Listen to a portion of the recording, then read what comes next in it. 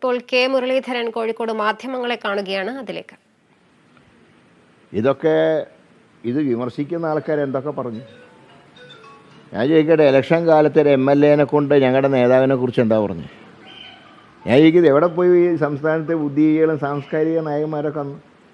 അപ്പോൾ ഞങ്ങൾ ഉപദേശിക്കാൻ വരുന്നുണ്ടല്ലോ. ഞങ്ങൾ തെറ്റ് കണ്ടാൽ തിരുത്തും. അതിൻ്റെ ഭാഗമായിട്ട് തന്നെയാണ് ശ്രീ ഹരിഹരൻ്റെ സ്റ്റേറ്റ്മെൻറ്റ് അദ്ദേഹം തന്നെ പിൻവലിച്ച് ക്ഷമ ചോദിച്ചത്. അത് അവിടെ കൊണ്ട് അവസാനിച്ചു. ഇനി ഇതിൽ കൂടുതൽ എന്താ ചെയ്യണ്ടേ? പൊരിയുടെയൊക്കെ കാലിൽ വീണ് മാപ്പ് ചോദിക്കണം. അതിന് വേറെ ആൾക്കാരെ നോക്കിയാൽ. അതുകൊണ്ട് സംഭവം കഴിഞ്ഞത് അവിടെ അവസാനിപ്പിക്കേണ്ടതാണ്.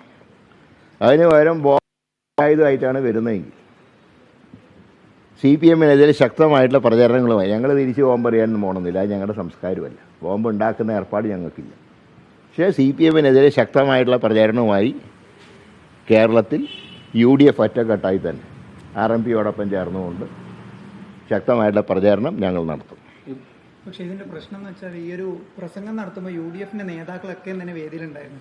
ഈ വിഷയം ഇത്രയും വലിയ വിവാദമായി മണിക്കൂറുകൾ കഴിഞ്ഞതിന് ശേഷമാണ് ഇവരൊക്കെ പ്രതികരിക്കുന്നത്, തള്ളിപ്പറയുക. എന്തുകൊണ്ടാണ് ഈ ഒരു പ്രസ്താവന ആ സമയത്ത് തന്നെ തള്ളിപ്പറയാൻ? പ്രസ്താവന ശ്രദ്ധയിൽപ്പെട്ടപ്പോൾ തിരുത്തി. നേരെ മറിച്ച് മുഖ്യമന്ത്രിയുടെ പോലെ സ്പോൺസർ ചെയ്തിട്ടില്ല. അൻവറിൻ്റെ പ്രസ്താവനയെ സ്പോൺസർ ചെയ്തല്ലോ ഗോവിന്ദൻ മാഷ്, മുഖ്യമന്ത്രിയൊക്കെ. എവിടെ പോയി ആ നേരത്തുള്ള സാംസ്കാരികമായിട്ടുള്ള ഇതൊക്കെ? ഞങ്ങൾ പറയുമ്പോൾ മാത്രം ഞങ്ങളുടെ മെക്കട്ടേക്ക് ആളുക. ഞങ്ങൾക്ക് തെറ്റ് പറ്റിയെന്ന് ബോധ്യപ്പെട്ടാൽ ഞങ്ങൾ തിരുത്തും. ഒരാൾ പ്രസംഗിക്കാൻ വന്ന ഒരു പരാമർശമാണ്. അതിൽ തെറ്റ് കണ്ടപ്പോൾ അദ്ദേഹം തന്നെ സ്വയം തിരുത്തി. സ്വയം തിരുത്തിയപ്പോൾ ചവിട്ടൊരാളെ അവസാനിപ്പിക്കണ്ടേ? അല്ലാണ്ട് തന്നെ പറഞ്ഞ ആളുടെ നാക്കരിയാൻ നിൽക്കുക. ഇതെന്താ സ്റ്റാലിൻ്റെ പഴയ കാലത്ത് സ്റ്റാലിൻ്റെ ഋഷിയൊന്നും അല്ലല്ലോ. ഒരു കൂട്ടർക്ക് മാത്രം എന്തും പറയാനുള്ള ലൈസൻസ് അധികാരമുണ്ടെന്ന് വിചാരിച്ചു. അതുകൊണ്ട് അതിനെയൊക്കെ ഞങ്ങൾ ശക്തമായിട്ട് നേരിടും. ഞങ്ങളുടെ മേൽക്കോയ്മയ്ക്കൊന്നും ഒരു തകരാറുമില്ല. ഇന്നിപ്പോൾ ഏതായാലും 1200 വോട്ടിനോ വടകരയിൽ ശൈല ടീച്ചർ ജയിക്കുമെന്ന് പറഞ്ഞു. കഴിഞ്ഞ 50,000 വോട്ടിന് ജയരാജൻ ജയിക്കുമെന്ന് പറഞ്ഞു. അപ്പോൾ ഒരു കാര്യം ഉറപ്പായി, ഞാൻ ഷാഫി 50,000 വോട്ടിന് ജയിക്കുമെന്നാണ് ഞാൻ കണക്ക് കൂട്ടിയത്. പക്ഷേ ഇപ്പോൾ ഈ കണക്കനുസരിച്ചാണെങ്കിൽ 1,00,000 ജയിക്കണം. ഏതായാലും മലന്ന് കടന്ന് തുപ്പുന്ന ഏർപ്പാട് CPM എന്നെങ്കിലും അവസാനിപ്പിക്കണം.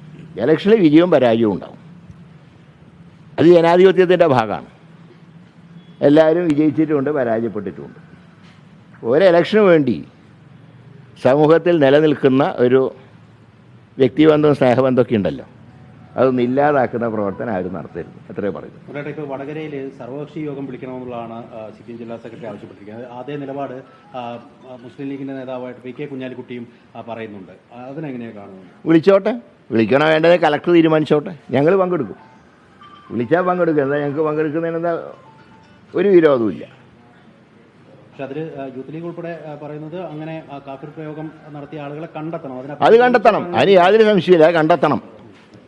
ആരാണ് അതിൻ്റെ പേരിൽ ഫേക്കായിട്ടിട്ടത് അത് കണ്ടെത്തിയാൽ മതിയാവും. ഞങ്ങൾക്കത് അതിൻ്റെ ആവശ്യമുണ്ട്. കാരണം ഇത് തുറന്ന് കാണിക്കണ്ടേ? തുറന്ന് കാണിക്കണമെങ്കിൽ തെളിവ് വേണ്ടേ? അതിനവരെ അന്വേഷിക്കണം. ഞാൻ ചോദിക്കുന്നത്, എന്താ അന്വേഷിക്കുന്നതിന് ഇത്ര വിമുഖത?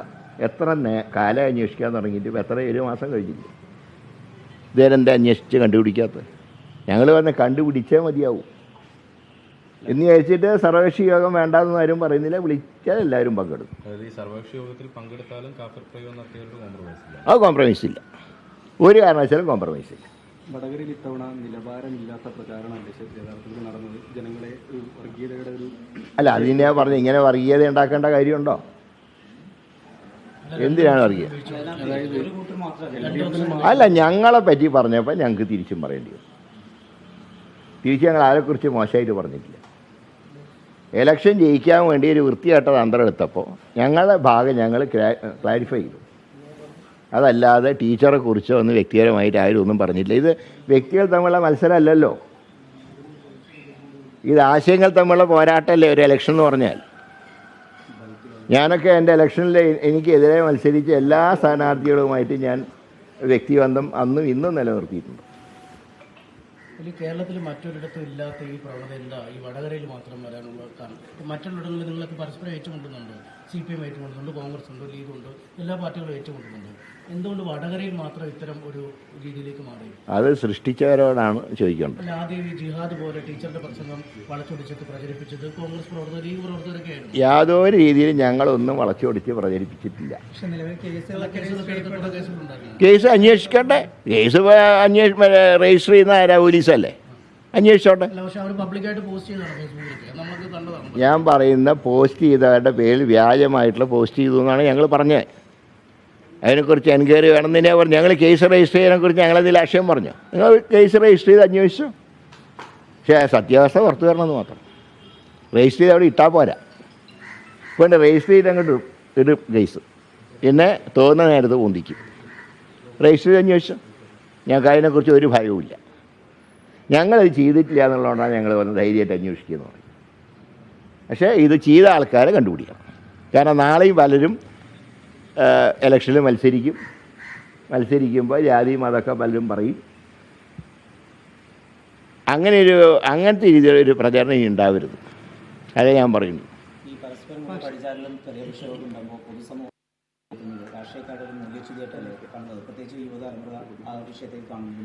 അതല്ല ഞാൻ പറയുന്നത്. ഒരു കൂട്ടരുണ്ടാക്കി, പിന്നെ അതിനെക്കുറിച്ച് കത്തി പടർന്നു. കത്തി പടരുമ്പോൾ സ്വാഭാവികമായിട്ട് ഈ പറഞ്ഞതുപോലെ